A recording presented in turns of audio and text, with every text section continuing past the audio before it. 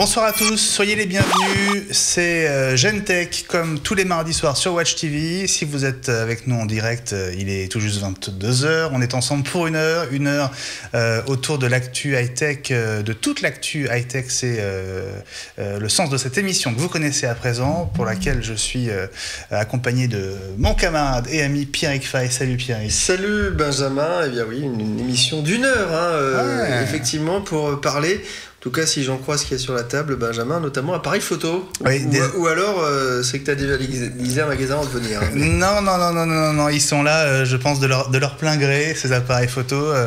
C'est un ami, puisqu'on connaît de longue date, qui nous a rejoint dans le studio de Watch TV. Cet ami, c'est le directeur du marketing d'Olympus France, qu'on est très heureux d'accueillir.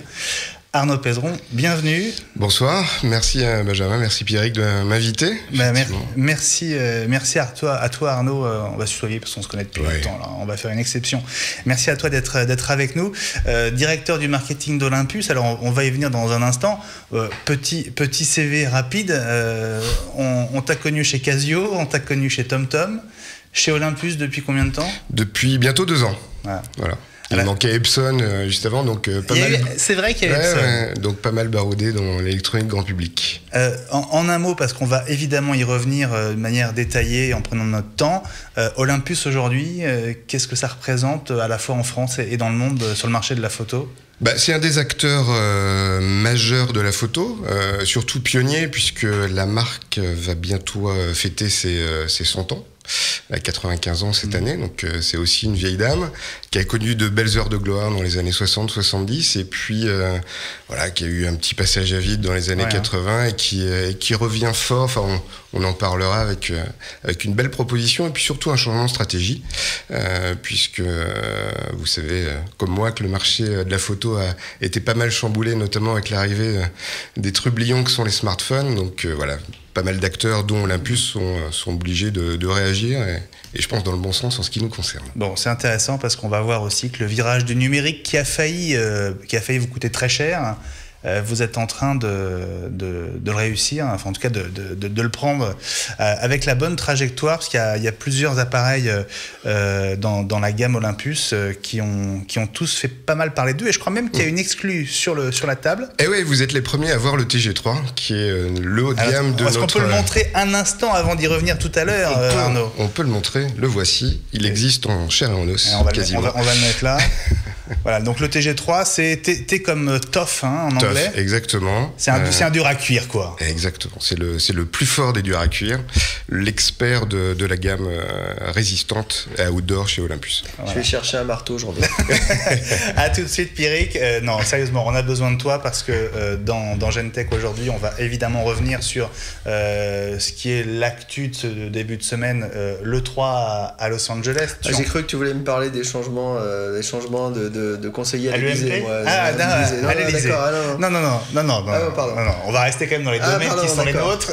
On va évidemment revenir sur l'E3 qui est en cours, avec des conférences de presse majeures qui ont eu lieu cette nuit, aujourd'hui. Et aujourd'hui, oui. Alors, on s'est tous un petit peu réparti la tâche pour pouvoir les suivre, parce que on se couche très tard quand on suit l'E3 depuis Paris. Alors, on a fait appel à un de nos camarades. Je vois un bout de son visage derrière nous.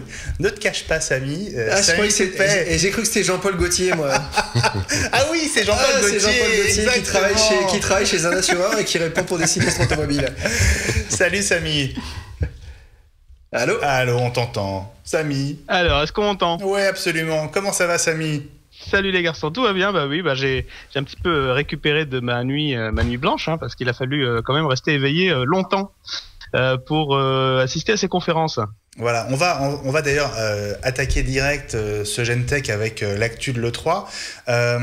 On prend les infos dans l'ordre, en commençant peut-être par la plus récente. Alors, je ne sais pas ce que vous avez vu remonter comme info. La conférence Nintendo, c'est la plus récente. Elle avait lieu en fin d'après-midi. C'est terminé à 21h heure française. Il y a moins d'une heure. Samy, est-ce que tu peux nous dire en quelques mots ce que tu as vu passer comme news en rapport avec Nintendo? Je t'ai vu tweeter avec ton humour légendaire sur la conf Nintendo. Je vois que ça ne peut pas être échappé. Oui, moi je surveillais ça parce que c'est vrai que c'est une conférence qu'on attendait particulièrement aujourd'hui, étant donné que d'une part Nintendo n'a pas voulu faire de grands shows à l'E3, donc en fait ils ont fait une conférence digitale dans le sens où c'était juste un film qui a été retransmis sur les canaux habituels. On a l'impression qu'il y avait des applaudissements pourtant derrière. Alors, je sais pas si c'était les gens de Nintendo qui faisaient la claque, mais pour donner l'impression effectivement d'assister au grand show qu'on avait l'habitude de voir effectivement à l'E3. Ça a démarré. J'ai pas vu grand chose moi effectivement parce que j'étais en train de boucler mon journal. Voilà, il y en a qui bossent. Pas ça pour toi, Samy. Merci. Ça a démarré sur un truc absolument étonnant d'ailleurs. Avec Reggie Fils-Aimé, c'est ça, et le patron de Nintendo, qui se sont fait plaisir, j'ai envie de dire, ils ont fait le show, c'était hallucinant. Ouais, mais ils ont joué le jeu à fond. Alors j'ai vu passer ça effectivement. J'ai loupé un tout petit peu le début du show, mais j'ai cru comprendre qu'ils s'étaient un petit peu. Ils ont chacun leur figurine, ils ont fait un fight un petit peu l'un contre l'autre. C'est ça, Pierrick? Ouais, sur ils ont fait un Mario Smash Bros effectivement, qui sera l'un des gros jeux à venir sur Wii U. Effectivement, où on joue avec les Mi. Et ça bastonnait, et alors ça a été même absolument incroyable. Est-ce qu'ils l'ont fait hors jeu vidéo, j'ai envie de dire, parce qu'ils ont fait toute une chorégraphie comme s'ils se battaient, qu'ils faisaient un fight tous les deux, un jeu de combat, et puis ils se sont assis, ils ont pris effectivement la manette de Nintendo. Puis à un moment, le patron de Nintendo a sorti de sa poche, avec un air coquin, genre c'est caché, je le sors et puis je sors une petite figurine de Mario, je la colle sur la Wiimote, et boum, Mario arrive dans le jeu, et donc fout la raclée à Reggie Fils-Aimé dans un délire absolument apocalyptique. C'était vraiment très très très très drôle. Mais alors, il fallait bien ça pour combler, non? Bah je sais pas, mais en tout cas, merci à Nintendo qui après Activision et Disney va vider nos comptes en banque avec ces petites avec des petites figurines NFC. Petites figurines, ouais. Ça c'est une idée. Qu'est-ce que tu en penses, toi, Samy? Alors ça oui, moi je pense que tout simplement ce qui s'est passé c'est que Nintendo ne pouvait pas laisser passer ça. C'est le public de Nintendo et représente également la cible de précédemment les Skylanders et puis Disney Infinity. C'est un petit peu le même public. Donc Nintendo se devait de présenter ses propres figurines NFC. Et alors ce qu'ils ont fait est plutôt pas mal parce qu'au lieu de copier ce qui existait déjà, ils ont présenté ces figurines qui s'appellent les Amiibo.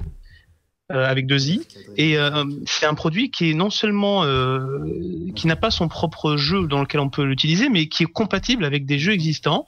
On peut notamment l'utiliser, comme tu le disais, Pierrick, dans Skylander. On peut l'utiliser dans Smash Bros, pardon.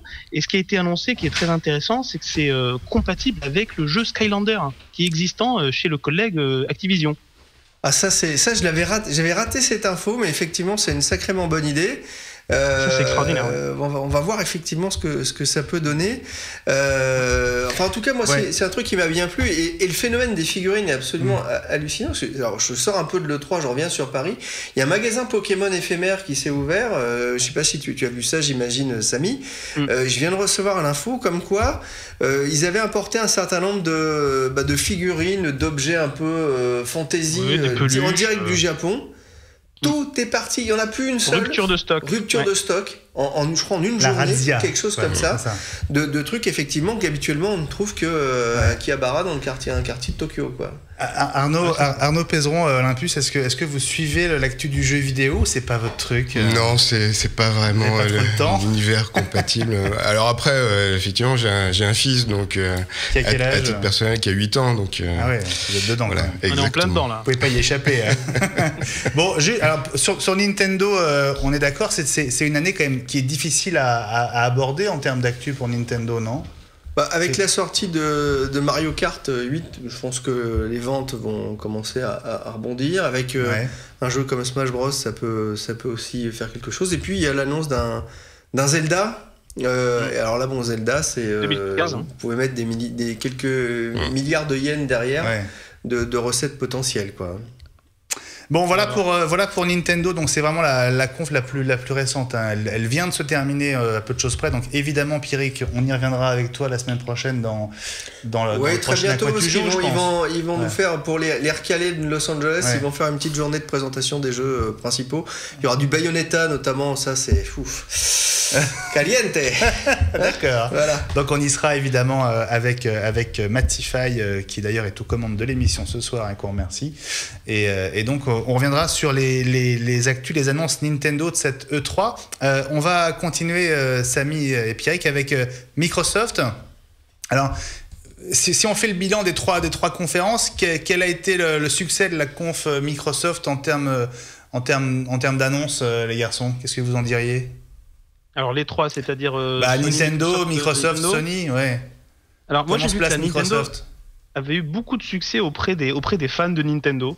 Hein, donc j'ai vu qu'il y avait vraiment presque une euphorie chez les fans de Nintendo après la conférence de cet après-midi. Je pense qu'ils ont été rassurés au niveau des produits qui vont sortir en 2015. Ensuite, par contre, c'est un petit peu alors Sony a été très très large. C'est une conférence qui était très longue, qui a duré 2 heures.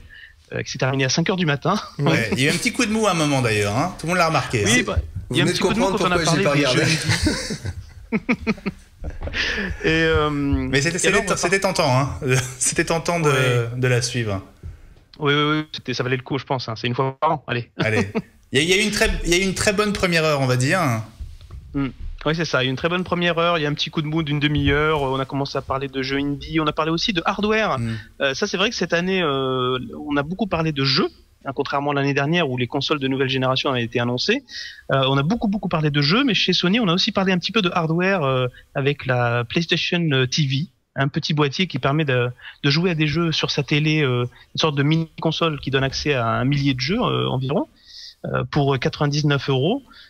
Et par contre, donc pour revenir sur les conférences des constructeurs, il y a eu la conférence Xbox pendant laquelle il n'y avait pas beaucoup de surprises. Hein. On a eu des jeux qu'on connaissait déjà à peu près. Alors là on est chez Sony en l'occurrence, hein, mais ça n'empêche pas de parler de la Xbox. Hein.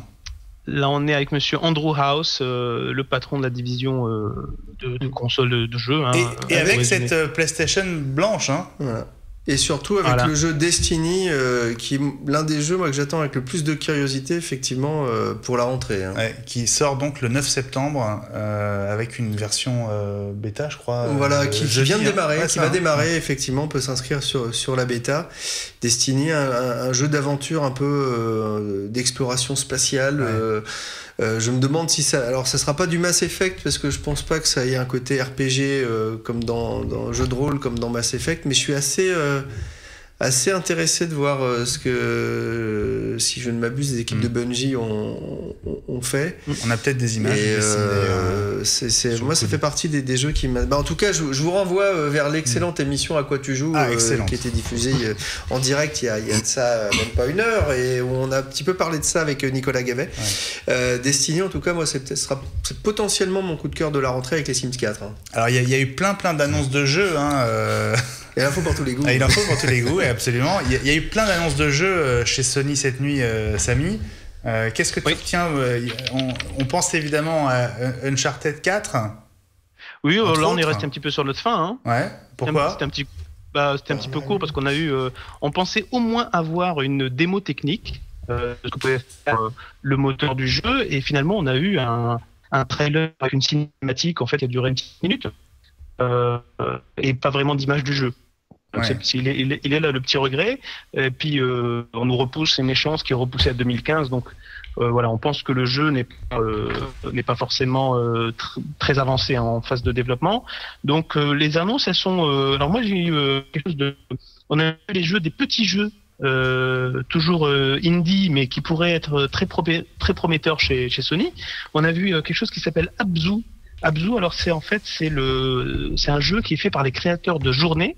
Alors, toi, tu connais bien Journée, Pierrick, hein, je crois qu'on en a parlé dans un À quoi tu joues d'ailleurs. Oui. Et ben c'est un petit peu la suite, et ça se déroule sous l'eau. Voilà. Ah oui. Ça fait toujours, mais c'est toujours, ça fait. On avait failli mourir de soif dans le sable de journée. Maintenant, on va se faire la régalade avec plein d'eau, mourir noyé. Moi, mon sentiment quand même, pour avoir suivi de ça, alors c'est vrai justement d'un peu loin pour des raisons d'emploi du temps. Un E3 où il n'y avait pas de console, c'est aussi un E3 où j'ai trouvé où il n'y a pas forcément beaucoup de choses à annoncer, où les gros jeux sont pas forcément pour tout de suite, et on meuble un peu en attendant les premiers jeux next-gen qui sortiront plutôt en 2015. C'est une cuvée qui, là aussi, vue de loin, et c'est peut-être la jalousie, la déception de ne pas être sur place, mais j'ai un peu le sentiment que c'est un E3 de petite facture. Ouais. Je sais pas si tu es d'accord avec moi. Alors, attention, parce que c'est vrai qu'on a beaucoup d'annonces. On a l'impression vraiment que l'année 2015 va être très très riche en jeux, mais il y a quand même des grosses annonces pour cette année. On a notamment le nouveau Assassin's Creed. On a Assassin's Creed Unity qui est prévu pour 2014 pour cette année et qui est à tomber par terre. Alors, à voir, là aussi, effectivement, ça se passe à Paris avec là aussi des images à couper le souffle, forcément. Justement. On va juste voir si Ubisoft arrivera alors, l'ambiance, c'est sûr, à l'ISRA, mais est-ce que on va un peu sortir du côté plan-plan qu'on commençait à avoir avec la série? Est-ce qu'on va offrir quelque chose d'un peu nouveau? C'est sûr, c'est beau, c'est sûr, c'est une vraie reconstitution historique, c'est Paris, c'est bien travaillé. Mais moi, maintenant, j'attends peut-être plus d'un jeu comme ça qui me surprenne. Oui, c'est vrai que ce qui risque d'introduire la nouveauté, c'est le fait que maintenant on puisse y jouer en coopération à 4 joueurs en même temps. Ouais, mais ça me gonfle. C'est ce qui illustre le trailer. Ah oui, mais tu sais, Pierrick, il va falloir s'y faire. Parce que mais moi, sur Destiny. Non, moi, c'est comme l'amour, c'est mieux tout seul. Non, je plaisante. C'est bon, il est 22h17. On a le droit. Bon, on a mis non, je plaisante, petit logo. Ouais, c'est ça. Mais non, voilà, d'accord, c'est bien. Moi, j'ai pas d'amis parce que je joue tout le temps en jeux vidéo, donc j'ai plus d'amis et je joue tout seul. Ouais. Voilà, non, mais je plaisante un peu. Mais Pierrick, sérieusement, quand les nouvelles consoles arrivent, on a tendance à dire que le Noël le plus important, c'est pas le premier, c'est le deuxième. Ah bah c'est sûr, oui. Et là, on a l'impression que finalement, la plupart des gros jeux, ce sera le troisième. Oui, mais ça c'est sûr. Ah bon? Non, il va y avoir encore l'éternel. C'est beaucoup de jeux de suite. On va encore avoir un Call of Duty, voilà, qui a l'air très bien, avec Kevin Spacey qui va venir faire le jeu de rôle et le jeu de méchant. Donc ça va être sans doute très bien. Mais là aussi, Arnaud, ça m'intéresse. Là, on parle de Kevin Spacey. Ça nous intéresse tous d'ailleurs. On a toute la suite de jeux de sport de Electronic Arts. Oui, comme tous les ans, ça va être très beau, ça va être très bien. Le NHL 2015 a l'air formidable. Oui, enfin NHL. Ouais, en tant qu'ancien joueur de hockey, moi j'aime bien. Voilà. Et Samy, tu peux nous parler de FIFA maintenant que l'embargo est passé, non? Voilà, l'embargo est passé, oui, parce qu'on était à la preview qui était faite à Paris. Et c'est vrai que il y a une quinzaine de jours. Ouais, c'est ça. Ouais, c'est ça. Il y a quand même beaucoup de nouveautés par rapport à l'édition précédente, notamment au niveau de l'ambiance dans le stade. On va avoir des mouvements alors l'intégralité du public est modélisée en 3D pour la toute première fois, et puis on a des mouvements de foule qui ont été reproduits sur des ambiances de stade particulières. On a des danses qui sont les mêmes que dans la réalité, et puis on a aussi une sorte d'intelligence, puisque chaque joueur aura son niveau d'émotion. On aura un statut d'émotion sur le long du match. D'intelligence aussi non, d'émotion. Pas là, non. Non, par exemple, est-ce qu'on aura la copine de Nasri dans le public dont on la verra énervée, toute rouge, etc. C'est vrai, ça serait vachement intéressant à savoir. Voilà. Bon, voilà. Oui. Ouais. Juste autre chose, Pierrick, bien sûr. Moi, il y a quand même deux. Ouais, pardon, vas-y, termine. Excuse-moi. Oui, je disais, pour la première fois, on aura une confrontation entre FIFA, parce que sur le FIFA 14, il était tout seul sur les consoles next-gen. Et pour la première année, on aura la confrontation avec PES. Quoi. Voilà, là aussi, la routine. Je suis méchant. C'est comme l'amour. Parmi les annonces, il y a deux petites choses qui, là où me tiennent plus à cœur. Moi, c'est effectivement un nouveau Fable. Donc le RPG de Lionhead chez Microsoft sur Xbox One, voilà, j'attends avec beaucoup d'impatience de voir ce que ça va donner parce que j'ai adoré les 3 précédents. Et puis 4, pardon, Il se joue à 4. Hein. Il se joue à 4 aussi. Bon, bah, on oublie. Donc, mon jeu. Tendance. Mon jeu. Non, il va falloir que je me fasse des amis ou alors que j'abandonne le jeu vidéo, je sais pas. C'est le Dead Island 2 qui doit sortir et qui a été présenté aussi. Alors là, je sais pas si on a des images, mais alors c'est peut-être pas l'heure. J'ai vu plein de zombies. On va peut-être avoir des problèmes avec le CSA si on passe les images, mais. Je crois que c'est jouable, mais j'ai vu plein de zombies à Venice Beach. Voilà, mais ça, c'est là aussi, moi, ça fait partie pour moi, ça a été parmi les grosses surprises de ces dernières années, et c'est un vrai bonheur de chasser les zombies.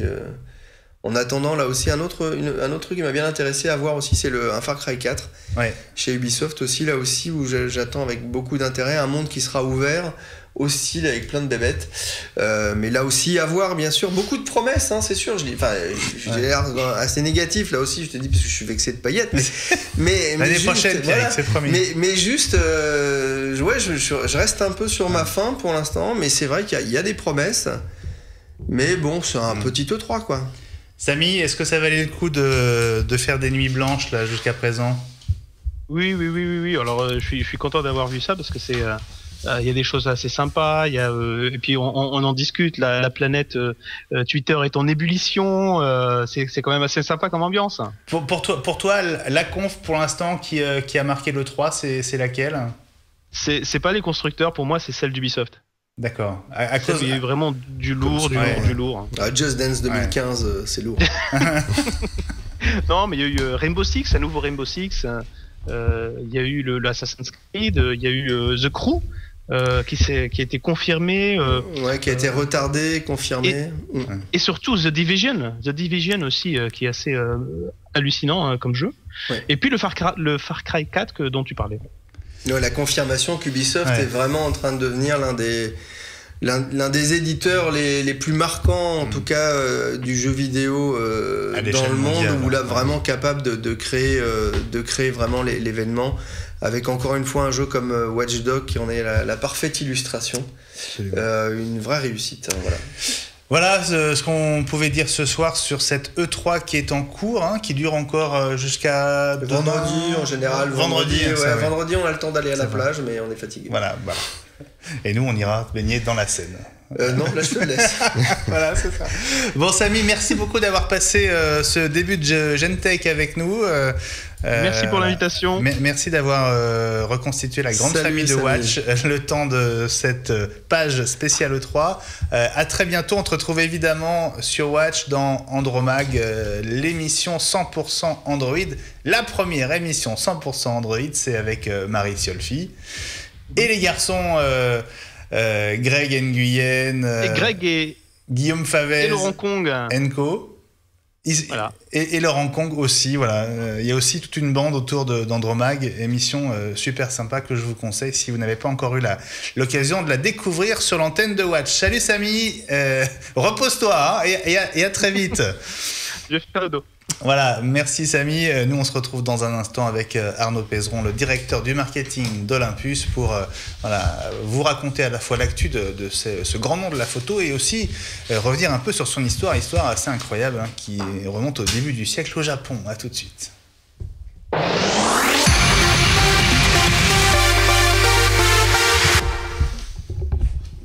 Voilà, on est donc avec Arnaud Pézeron, le directeur du marketing d'Olympus. Arnaud, alors avant d'arriver chez Olympus, pour vous, c'est une marque qui évoquait quoi ? C'était effectivement un des pionniers en photo, avec un petit passage à vide. Après avoir brillé de mille feux, il y a toute une génération qui est passée dans les années 60-70. Je suis un peu en transition. J'ai vu mes parents s'équiper avec ce type d'appareil photo, et c'est vrai que c'était notamment la gamme OM à l'époque, dans les années 70. C'était un peu le Graal en termes de photos. Et puis voilà, je voulais accompagner aussi la marque sur les prochains challenges post-smartphone. Ouais. Alors c'est une marque qui est née en 1919 sous un nom très, très japonisant, que je n'oserais même pas répéter devant vous. Elle devient Olympus réellement en 1921, et puis en fait elle se développe autour d'abord de l'industrie de la santé. Ouais. Et ça reste aujourd'hui d'ailleurs l'essentiel du chiffre d'affaires d'Olympus. Hein. Oui, c'est vraiment la grosse activité de la société. C'est vrai que la partie grand public photo reste la partie émergée de l'iceberg, mais ce qui fait vivre le groupe, c'est le médical. Une bonne grosse moitié, c'est notamment des produits comme les endoscopes, donc qui sont ultra utiles à la chirurgie au quotidien. Et une activité également entre la biologie et l'industrie. D'un côté, les microscopes, qui est le produit historique du groupe. Et puis, ce qu'on peut faire dans le corps humain, on est obligé des fois de le faire aussi en contrôle qualité au niveau de l'industrie, aller là où l'homme ne peut pas aller pour justement vérifier que tout est au standard de qualité, que ce soit les réacteurs d'avion, etc. Donc, on a aussi des produits qui permettent de le faire. Et puis, l'activité grand public qui représente à peu près 20% de l'activité du groupe. Alors, on disait tout à l'heure que Olympus a connu un passage à vide. Qu'est-ce qui s'est passé concrètement ? À quel moment c'est tombé ? En fait, c'est plutôt dans les années 80 et début 90, parce qu'il faut se réinventer, parce que certaines marques japonaises ont peut-être su mieux le faire que d'autres. Je parle notamment des marques qui finissent en on, qui ont su capitaliser sur une image de marque, sur aussi un vivier Canon, Nikon, de consommateurs, ce que peut-être Olympus a su moins faire, en partant peut-être dans des directions un peu plus sporadiques. Par contre, là où la marque a eu une vision, c'est de sentir tout de suite qu'il se passait quelque chose avec le numérique. Et à la différence notamment de Kodak, a su tout de suite regarder un petit peu quels étaient les potentiels, sachant que l'idée sous-jacente, c'était à la fois de travailler très fort en R&D grand public pour ensuite transférer ses savoir-faire dans le monde du médical. Donc il y a toujours eu cette volonté dans le groupe. C'est intéressant cette comparaison avec Kodak parce que voilà une marque qui a littéralement disparu à cause du numérique. En peu d'années, elle est complètement balayée alors qu'elle était un leader. Il ne reste plus que des brevets qui valent un peu d'argent, cher. Mais oui, c'est vrai que c'est... Et puis une image de marque, c'est vrai que Kodak... est plutôt bien connu du grand public. Clic-clac Kodak. Alors, quelque part, vous avez aussi, vous, votre clic-clac, même si ça ne se passe pas à ce niveau-là, parce que, justement, dans cette révolution du numérique, vous avez joué un rôle très important à la fin des années 2000, en inventant un nouveau type de capteur qui a permis aussi l'arrivée d'un nouveau format d'appareil photo numérique. Alors, les spécialistes connaissent le capteur micro 4 tiers, c'est comme ça qu'on l'appelle. Tout à fait. Comment est-ce que vous pouvez nous expliquer, Arnaud, ce que c'est que ce capteur micro 4 tiers ? Est-ce qu'il avait de nouveau à l'époque ? En fait, il y a un peu en photo, il y a des chapelles et des chapelles notamment sur la taille du capteur qui permet à chacun de faire valoir ses arguments. L'intérêt d'Olympus pour le capteur aujourd'hui format micro 4 tiers, c'est d'offrir une excellente qualité d'image, mais en offrant une vraie différenciation à travers la taille et le poids de l'appareil photo et aussi de l'optique. Donc on va offrir toute une cohérence d'ensemble en proposant une excellente qualité d'image. Là-dessus, on est intransigeant, mais plutôt que se trimballer avec à son épaule ou à son cou des gros appareils lourds, encombrants, aussi très intrusif. Les photographes, notamment pros, vous diront, moi, lorsque je veux m'intégrer dans une population, réaliser des clichés un petit peu sur le vif, c'est impossible de le faire avec une mitrailleuse. Donc il faut pouvoir proposer des formats alternatifs, mais tout ça sans compromis sur la qualité. Et dans le nom micro 4 tiers, micro, ça veut dire que le capteur est tout petit ? Non, justement, c'est là où aussi Olympus et je l'admets, a aussi des progrès en termes de communication à faire, parce que la marque a innové de manière constante sur le marché de la photo. C'était la première marque à intégrer, par exemple, le nettoyage du capteur avec les ultrasons, sur génial, ça, comme système, sur la rapidité de l'autofocus. Enfin, il y a tout un tas d'innovations sur lesquelles la marque pense que c'est acquis et on ne communique plus. Idem sur le format du capteur. Le format du capteur, qu'on soit en 4 tiers ou micro 4 tiers, est le même, sauf que micro 4 tiers, ça permet d'avoir en fait des optiques c'est la monture d'optique qui est différente et qui permet d'avoir des optiques plus petites. Voilà. Par exemple, à Radio France Brésil, ils ont le micro 4 quarts aussi. Je te montrerai la semaine prochaine, tu verras, c'est très sympa. Tu l'as préparé depuis longtemps, celle-là. Je sais. Alors évidemment, suite à l'apparition de ce capteurs, il y a toute une génération d'appareils qui sont arrivés. Est-ce que tous les appareils qui sont là devant vous, Arnaud, utilisent ce capteur? Non, en fait, c'est toute notre gamme d'appareils photo objectifs interchangeables, donc qui utilisent tous le même format. Et on n'est pas seul sur le marché, puisque nos collègues de Panasonic partagent avec nous cette monture. Donc on est aussi... Leica aussi, non? Il me semblait, hein. Sur une partie de ces montures. Et ça nous permet aujourd'hui d'avoir sur le marché, avec d'autres marques, notamment Tamron ou... j'en oublie. Des marques dédiées. Voilà, on a aujourd'hui 67 optiques qui permettent de se greffer sur nos boîtiers. Voilà. Donc ce qui est une vraie alternative aussi sur le marché de la photo. Alors on va dans un instant, Pierrick, détailler cette gamme. Il y a quelques joujoujous sur la table, ce serait dommage de ne pas en profiter. Alors il y a évidemment un réflexe star qui est... Alors, le nom faut alors c'est toujours l'OMD. OMD, ouais. Donc c'est la nouvelle génération. Donc l'OM qui était le succès de la marque dans les années 70, donc D pour digital. Donc on est passé. Donc c'était le lancement de cette gamme a été inauguré en avril 2012 avec l'OMD EM5. C'est un peu long.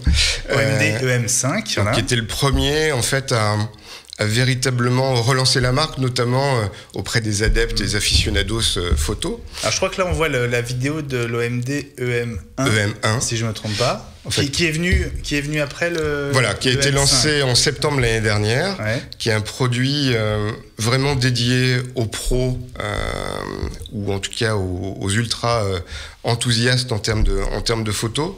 L'idée, c'est qu'on est sur un appareil qui est guère plus gros, par contre sur lequel on a vraiment revisité toute l'ergonomie, les raccourcis. C'est vraiment un boîtier fait pour aller sur le terrain aussi, puisqu'il est extrêmement résistant.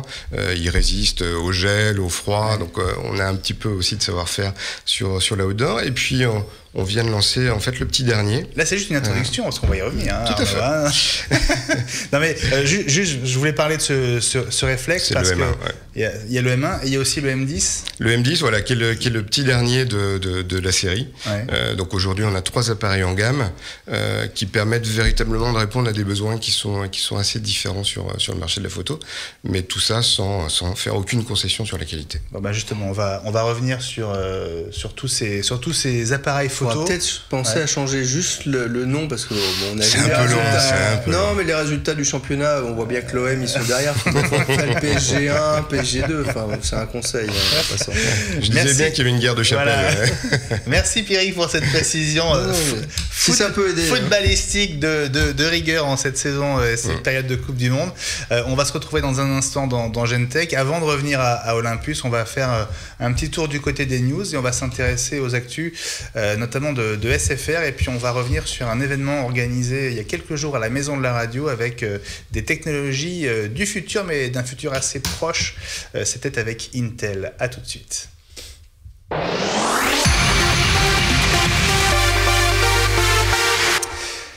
Et donc je vous le disais, du nouveau du côté des offres SFR. Alors vous connaissez les offres low cost des fournisseurs, enfin des opérateurs mobiles.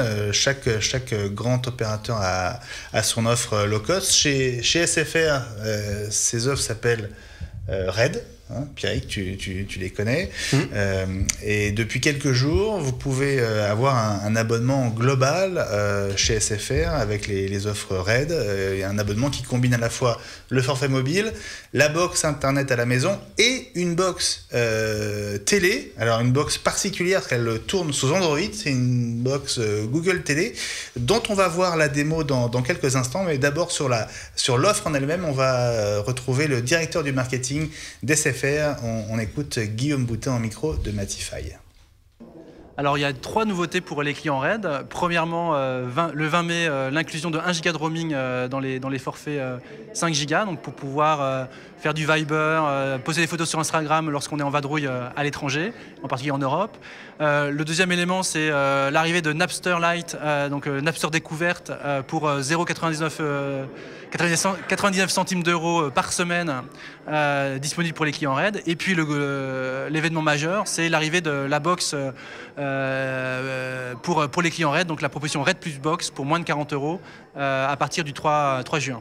Alors avec cette nouvelle offre, on cible les moins de 30 ans, hein, clairement, puisqu'elle va nous permettre de porter en fait tous les usages que vous avez aujourd'hui sur votre écran de mobile, sur l'écran de télévision, grâce à la plateforme Android ouverte, hein, puisque notre set-top box sera la box Google lancée par SFR en novembre. Donc vous aurez accès à YouTube, vous aurez accès à l'ensemble du Play Store, vous aurez accès à l'ensemble de vos applications.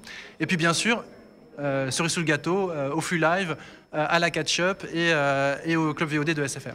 Auparavant, les box étaient dans des univers fermés. La logique que je prends souvent, c'est si vous vous souvenez du mobile des années 90, c'était Vodafone Live, c'était des univers complètement impossibles à dépasser. Et on sait bien que pour les moins de 30 ans, cette vision-là n'est plus possible. Et en fait, on apporte l'ouverture qui est arrivée sur le mobile avec Apple et les téléphones Android sur l'écran de télévision. C'est-à-dire que vous allez pouvoir faire exactement ce que vous faites sur votre tablette ou sur votre écran de PC ou sur votre mobile, c'est-à-dire télécharger les dernières applications, naviguer sur Internet, visualiser des films en torrent, etc., etc. Cette box, dans cette configuration-là, sur une plateforme Android ouverte, c'est une première en Europe.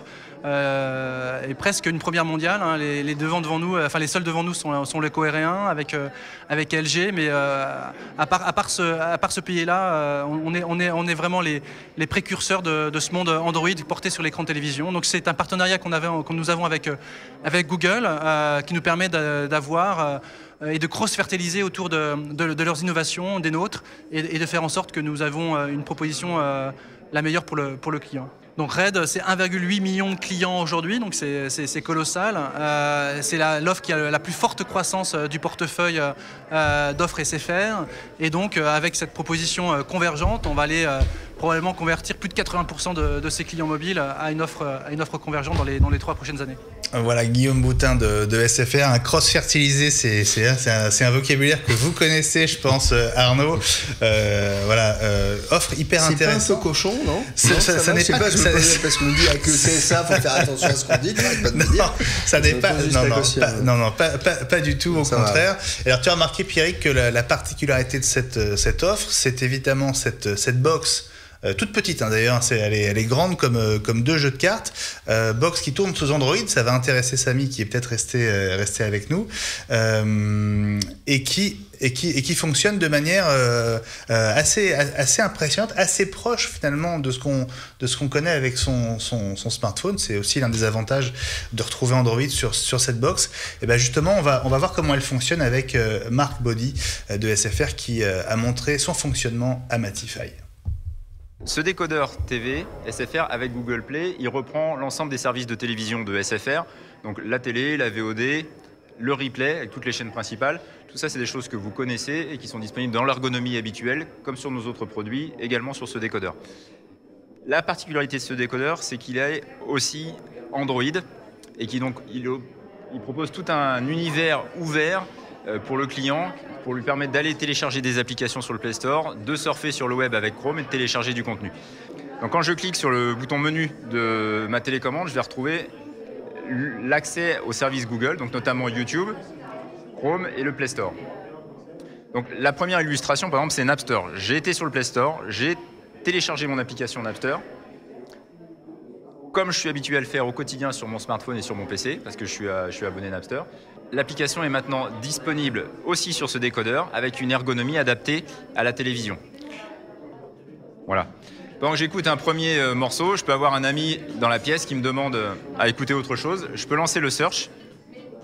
Et là, c'est assez commode d'utiliser le clavier de la télécommande pour aller chercher un titre qu'on n'a pas par ailleurs. Je vais taper Muse, par exemple. Et je lance Uprising, pourquoi pas. Et ça se lance directement. Une autre façon d'illustrer un peu le caractère ouvert de ce décodeur, c'est de lancer Chrome, par exemple, qui est là. Et je vais vous proposer d'aller télécharger une vidéo.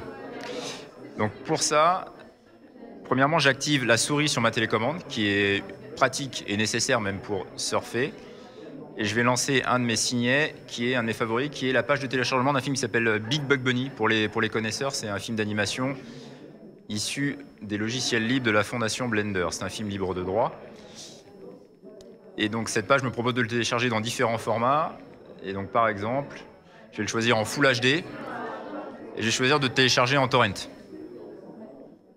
Et donc là, je choisis juste de l'enregistrer sur la clé USB qui est branchée sur mon décodeur. Voilà, là le torrent se lance, comme vous pouvez le voir, de façon assez classique, tout le monde est habitué à cela. Je choisis mon player favori, MX Player, également téléchargé sur le Play Store, et je lance la vidéo. Voilà, je vais accélérer un peu dans le morceau.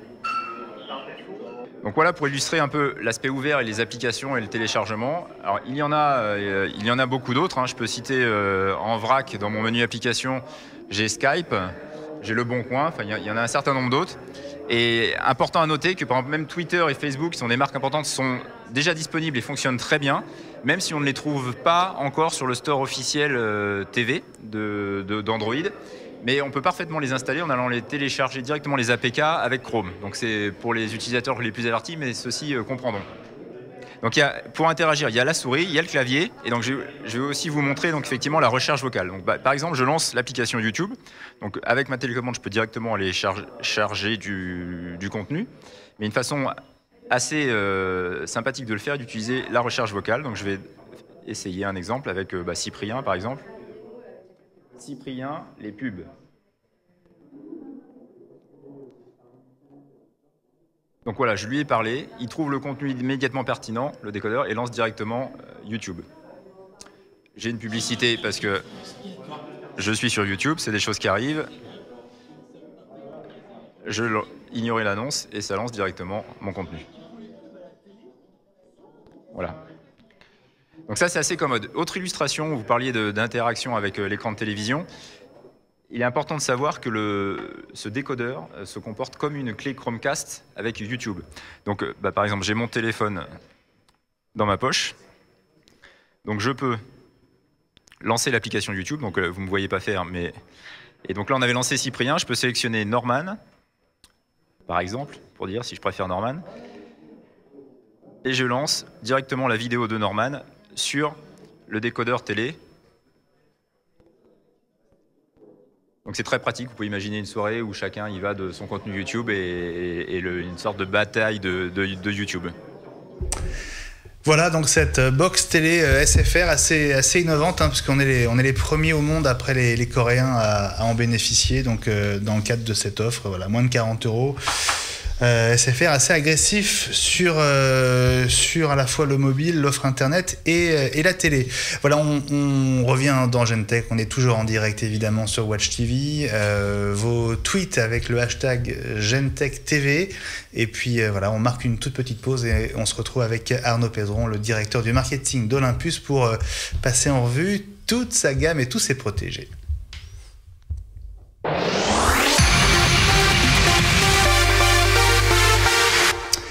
Alors Arnaud Pedron, on parlait à l'instant des réflexes, peut-être qu'on peut commencer par eux, parce que moi, dans mes souvenirs d'adolescents, d'enfants qui étaient passionnés par la photo, j'avais un boîtier, il y avait un boîtier dont je rêvais, c'était l'OM1N à l'époque, donc la famille OM, elle existe toujours, là, avec un nom pas forcément facile à retenir, parce que maintenant c'est OMD, EM, donc 5, 1...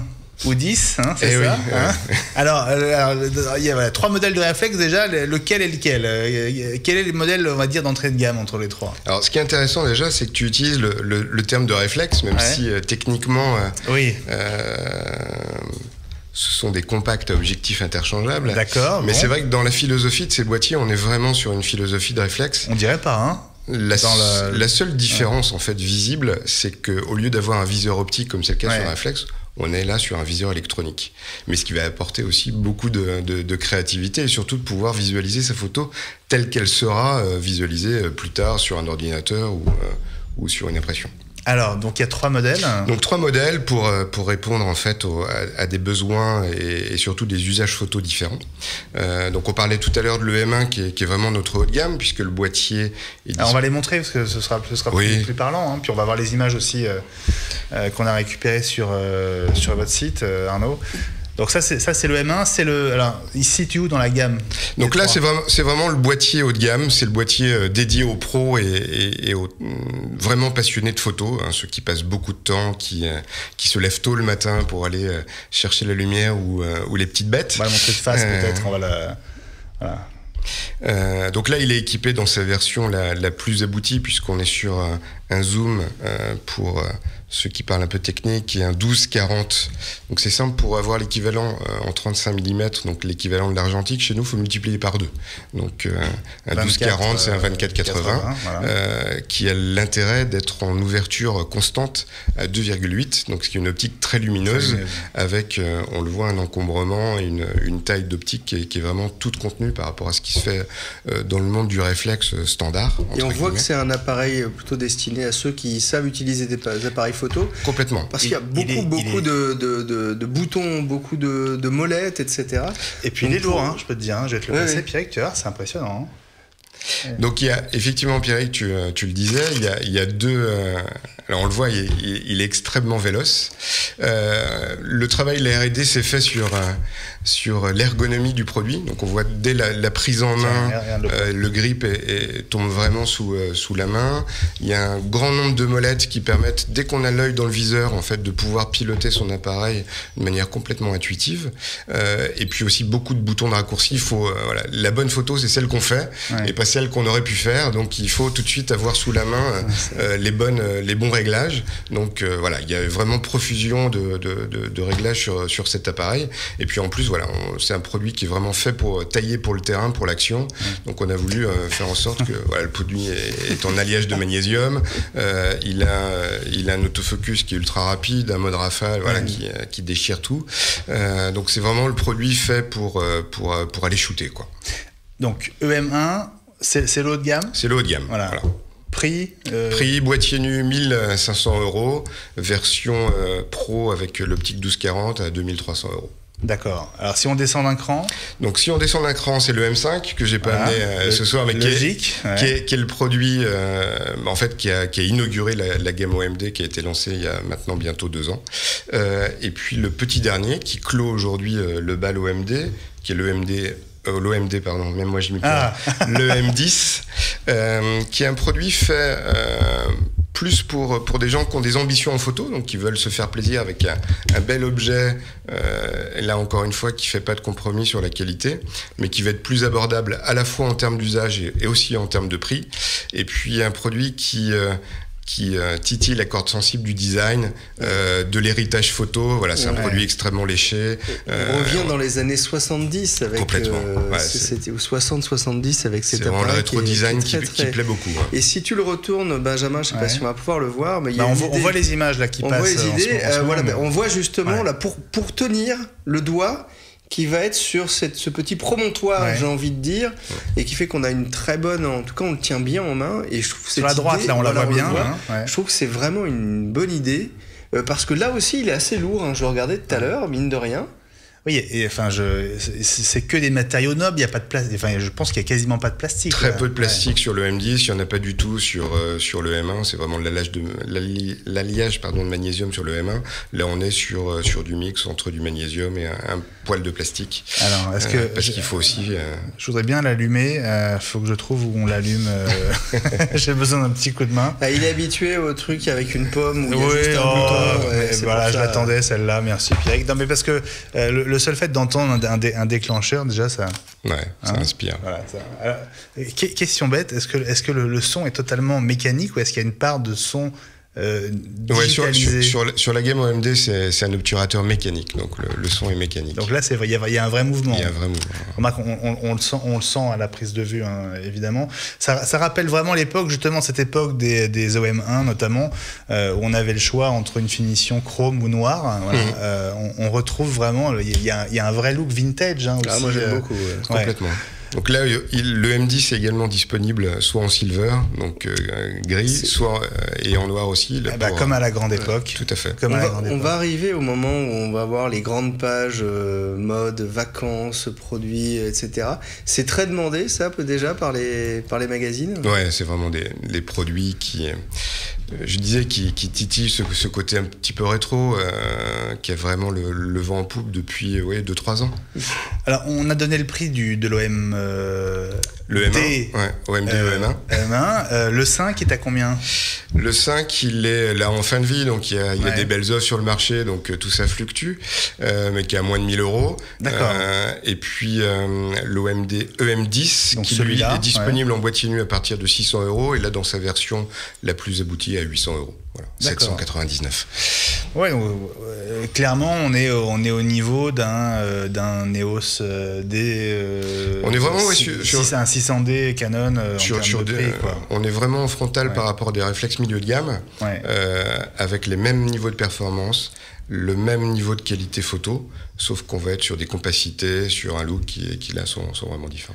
Alors question sur les fonctions vidéo des appareils. Est-ce que c'est une caractéristique sur laquelle vous misez autant que vos concurrents, parce que on sait le succès qu'a eu Canon notamment depuis le 5D. Ouais, c'est une des grosses tendances du marché de la photo aujourd'hui. Les produits doivent maintenant savoir tout faire.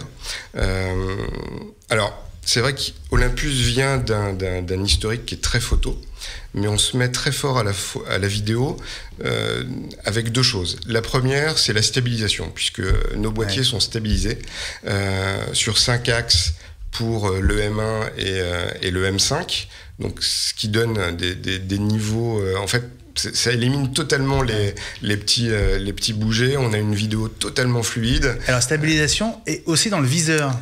Alors, le viseur, forcément, comme c'est exactement ce que voit le capteur, donc l'effet de stabilisation est également présent. Donc, on est stabilisé sur 3 axes sur le M10, ce qui est déjà un très bon niveau.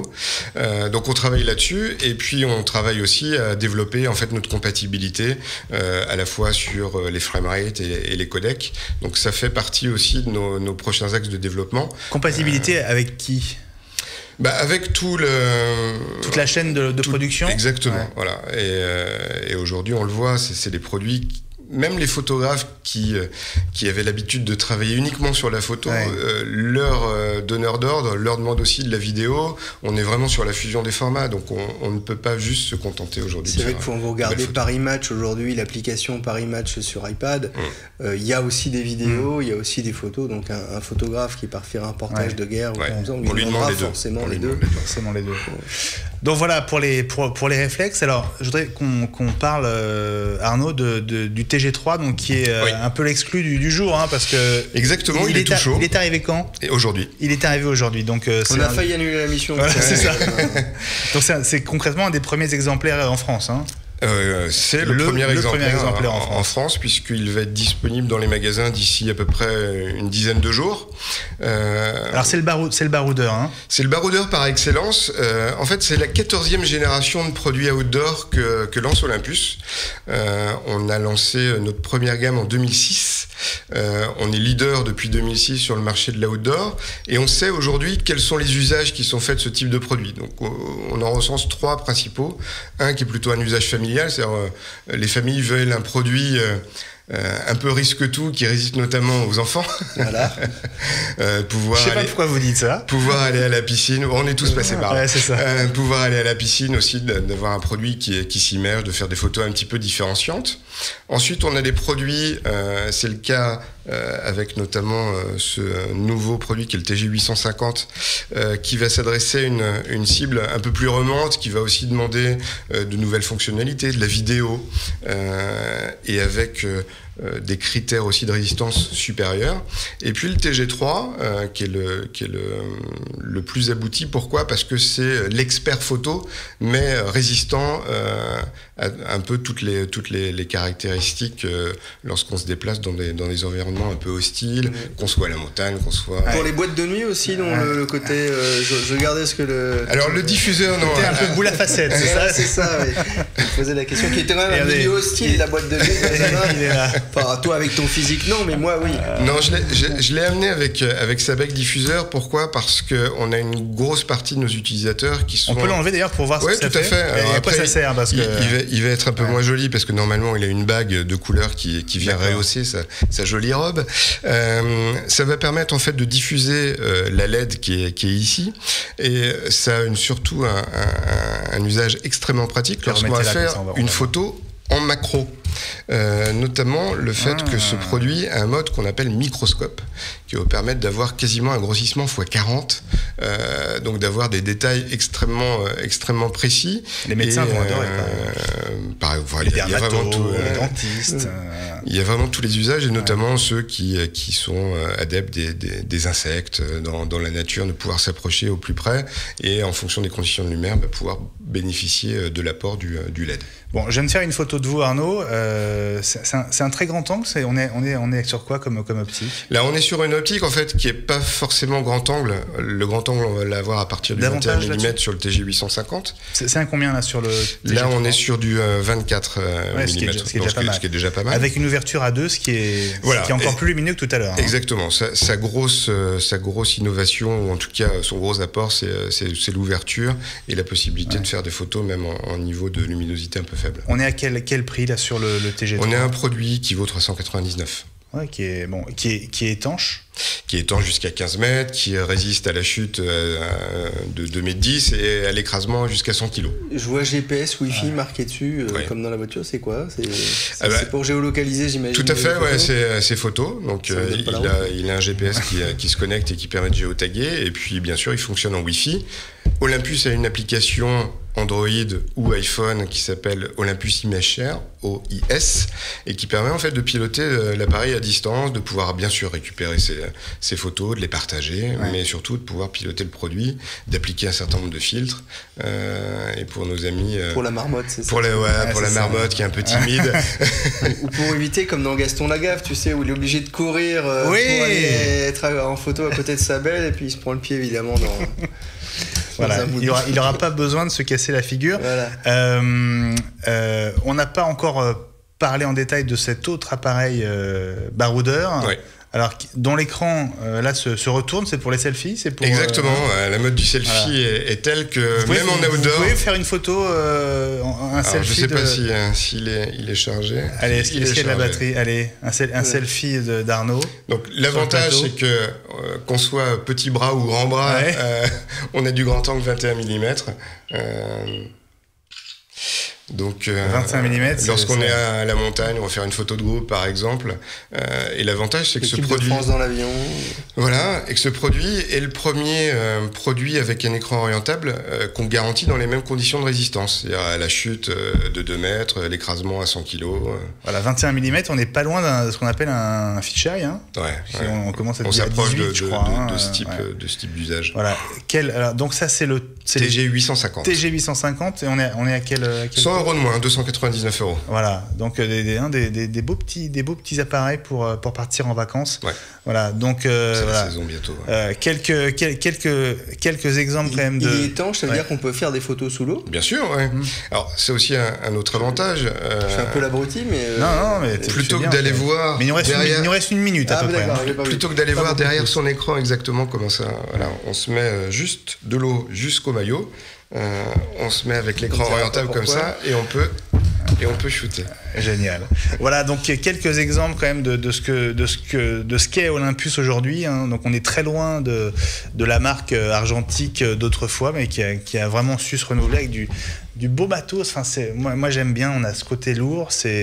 Voilà, ça reste quand même trop lourd du matériel de référence. Ouais. Mais bon, c'est vrai que ceux qui aiment la stabilité aiment aussi avoir dans les mains. Il faut que l'appareil tombe bien. Un boîtier qui existe, quoi, qui est pas fait que de plastique. Voilà pour ce grand tour d'horizon avec Olympus. Merci beaucoup Arnaud.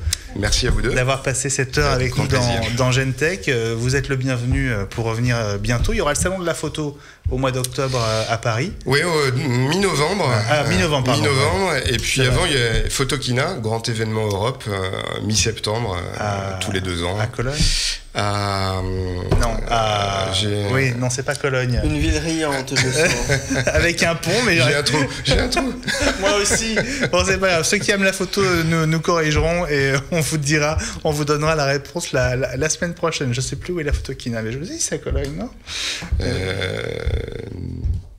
On va retrouver ça. Bon, allez, on va vous laisser. Voilà, c'est ça. Pierrick, il est bloqué sur la Californie. Salut à tous, merci de votre fidélité à Gentech et à Watch TV. Les programmes continuent. Et nous, on se retrouve la semaine prochaine avec Pierrick, 22h en direct. Salut à tous et merci Arnaud. Merci à vous.